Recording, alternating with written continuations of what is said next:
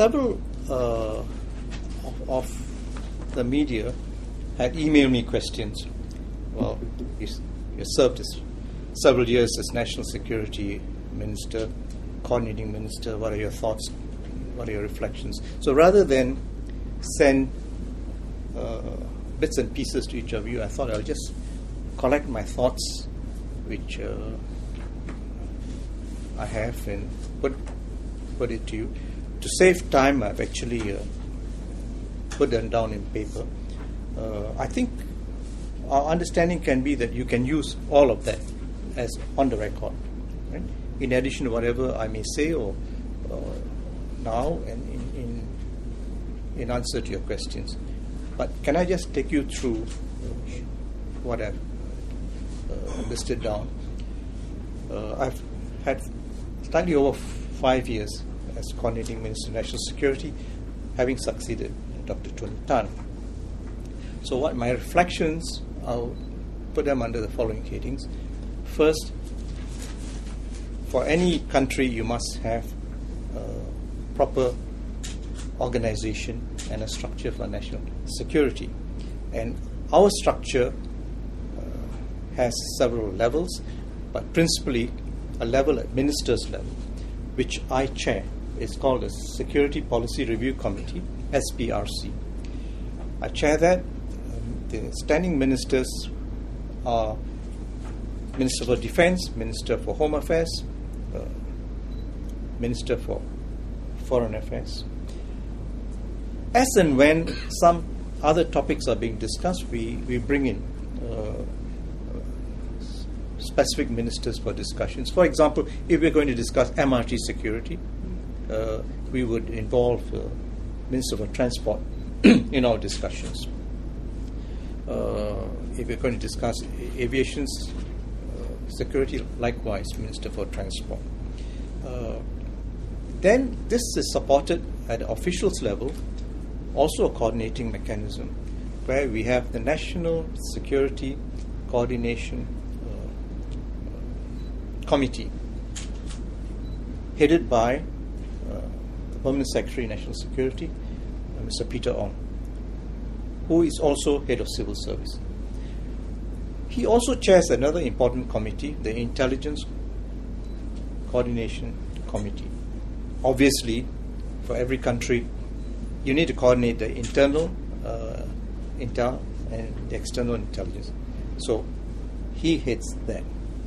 Now, I should mention that different countries have different setups. Right? There's no perfect system. I've traveled to UK, France, and other places. Our system is different from some countries where, in dealing with national security and dealing with the threat of terrorism, they centralize many of their planning and response situations. Now, from our point of view, that could have two disadvantages. First, you can have several layers of bureaucracy, and that can impede swift decision making when rapid responses are required, either operationally or in intelligence gathering. Second, I think it's important to have a system where individual agencies of the security apparatus have a sense of responsibility for carrying out their mission, right? Rather than somebody else trying to do everything together. So that's the difference between our system and system in other countries. So what has been my approach in the 5 years? I've always reminded myself, do not micromanage. Your coordinating mechanism, let the agencies, especially those in dealing with operational matters, carry out their job. They have the domain knowledge, they have the expertise, let them carry out the job.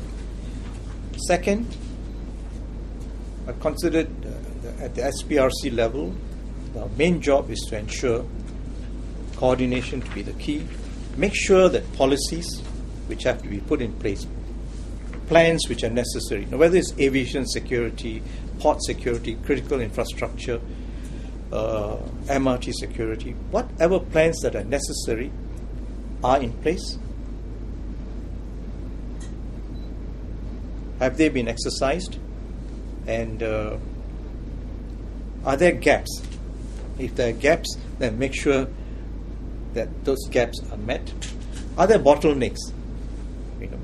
Either ministries cannot get an agreement on who takes the leadership role on a particular issue, then the ministers come in and resolve this matter. I've also found it important to emphasize the whole of government approach. This is absolutely important for national security matters. All the different agencies must pull together as a team. And I'm glad that we have actually made great progress in whole of government approach. But it's not just whole of government approach, because national security cannot be the job of the government agencies alone. So I've also emphasized what I call whole of society approach. You've got to involve the community, the grassroots, and particularly the private sector. If you don't involve the private sector, then there'll be huge gaps. Will there be business continuity if there's an incident? Are the business enterprises, hotels, and others equipped for this? So that's why we have annual national security dialogues, which I've had with different audiences, with hotels, for example, SMEs, and so on.